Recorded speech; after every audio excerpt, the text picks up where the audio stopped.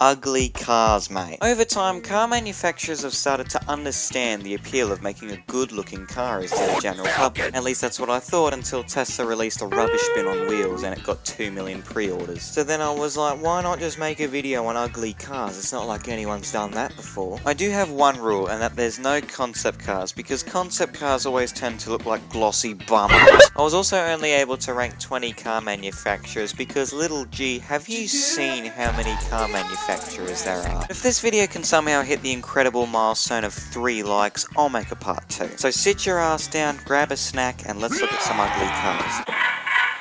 I'm a fucking homosexual. Starting us off, we got Ford, and I think the worst looking one by far is the first gen Ka. Now some of you might be thinking, well yeah sure, the Ka might look like an angry lizard, but what about the Ford Edsel? That's heaps uglier. Maybe so, but that was in the 1950s. It's so old, the Berlin Wall wasn't even erect back then. Overall, I think the Ka isn't even that ugly, it's just not very good looking, so D tier.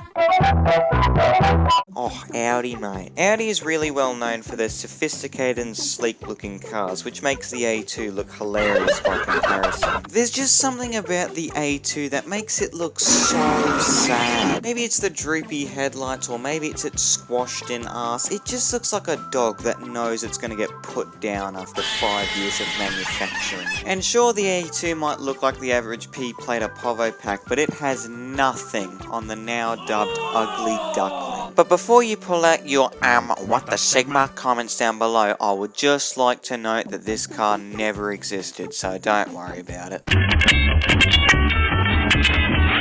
Mitsubishi, mate. They're creating a cleaner future for tomorrow, so you can fuck it up today. Mitsubishi is so weird. I love a good old smoke-blowing Magna or an indestructible Evo, but most of the stuff they make nowadays is so boring. But would you rather buy something that's incredibly boring, or would you rather a Mitsubishi i? Some people like to refer to Teslas as glorified RC cars. I like to think of the Mitsubishi i as more like a glorified egg. Now top that off with some dicky rims and a range that won't even take you up to Pissington Hill, and you've got yourself a pretty ugly and shit car. And I'm not saying all the cars on this list are bad, no, far from it. It's just, you know the car's bad when this is the only search result that comes up for the i.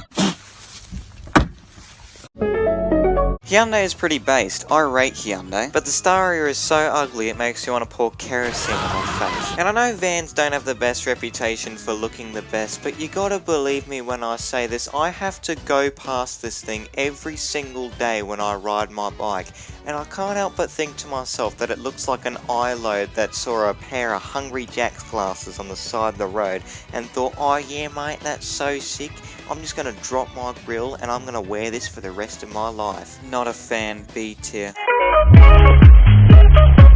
Considering the epic output of Ferrari and Lambo, I decided to merge the two together, considering that their worst is pretty interchangeable. For me, the worst Lambo is the Urus because for one, it sounds a lot like anus. 2, a Lambo SUV kind of just looks out of place with the rest of their lineup, and 3, it was in that awful Titus Girlfriend music video. You know the one I'm talking about, the waking up Gucci on my PJs and where the subtitles keep busting. And Ferrari is the dino because I guess it looks a little bit less appealing than the Portosugni, but then again, both of these cars are not at all ugly, and they both sound great.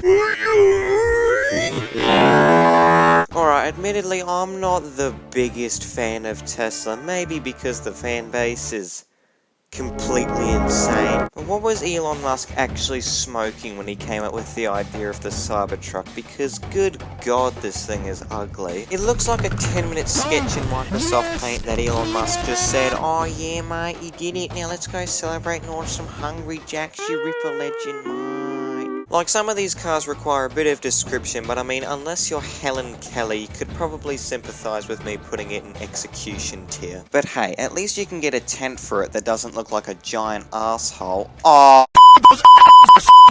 Alright, let's speed this up, this video is getting too long. Dodge Calibre, D tier. BMW M3, this car looks so ugly it looked like it would use its napkin to wipe its ass, hideous tier. Citroen Amy, B tier. Toyota Scion, ugly as. Jeep Renegade, who cares. Subaru B9 Tribeca. Fucking idiot.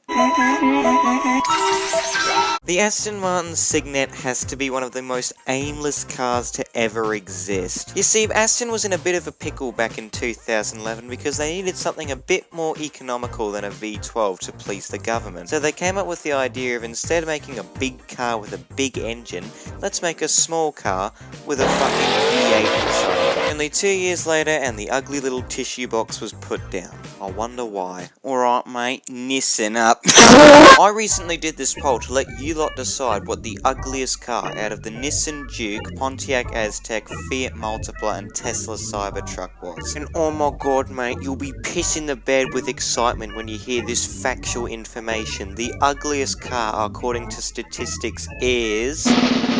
yeah, it's the Fiat Multipla. Yippee. Anyways, while I'm filling out this tier list, why don't you take the time to make sure you check the fat skin mark on the subscribe. Peugeot, arguably the most consistent manufacturer for making the most horrific and disgusting pieces of motoring.